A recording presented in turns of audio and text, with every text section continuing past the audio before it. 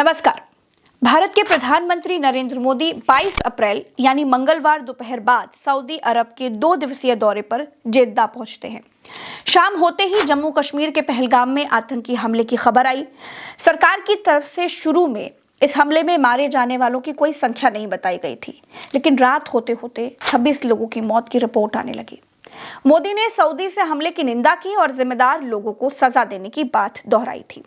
रात के 11 बजे ही थे कि खबर आई कि पीएम मोदी सऊदी अरब का दौरा बीच में ही छोड़कर स्वदेश लौट रहे हैं।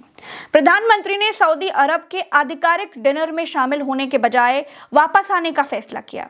सुबह होते ही पीएम मोदी दिल्ली आ गए।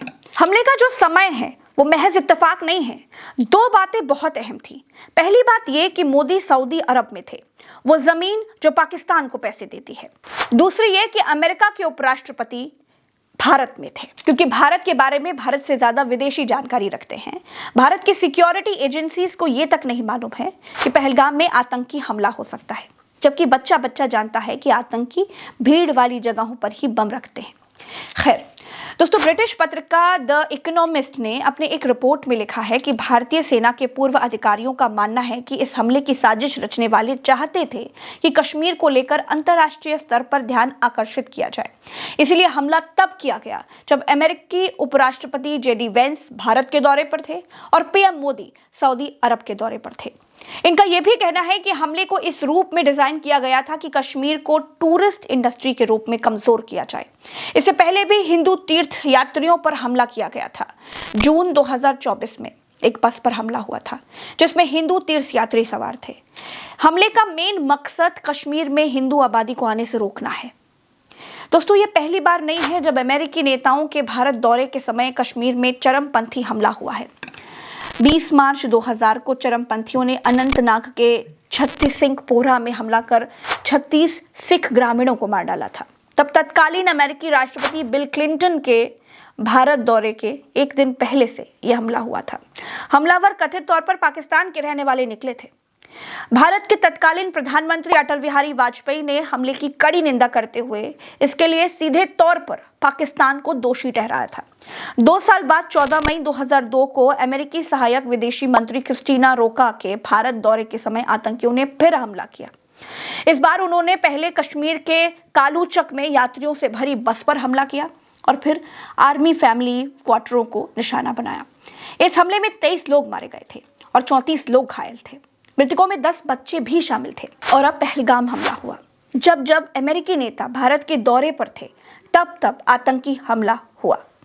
इस बार अमेरिकी उपराष्ट्रपति भारत में थे।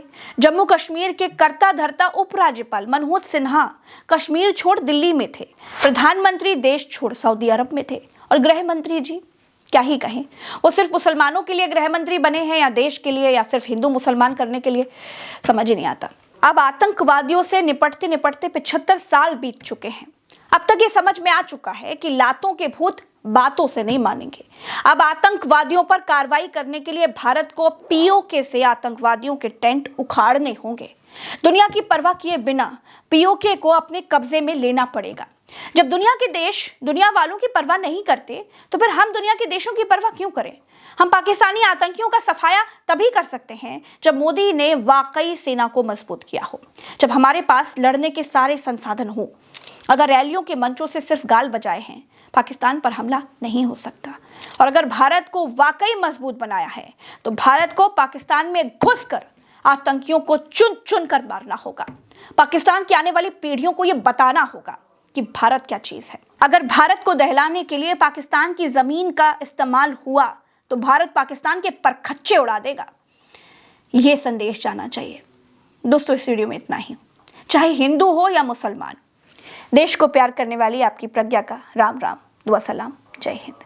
चैनल को आप सब इतना प्यार करते हैं, सब्सक्राइब करते हैं, वीडियोस को शेयर करते हैं, उसके लिए शुक्रिया। नमस्कार।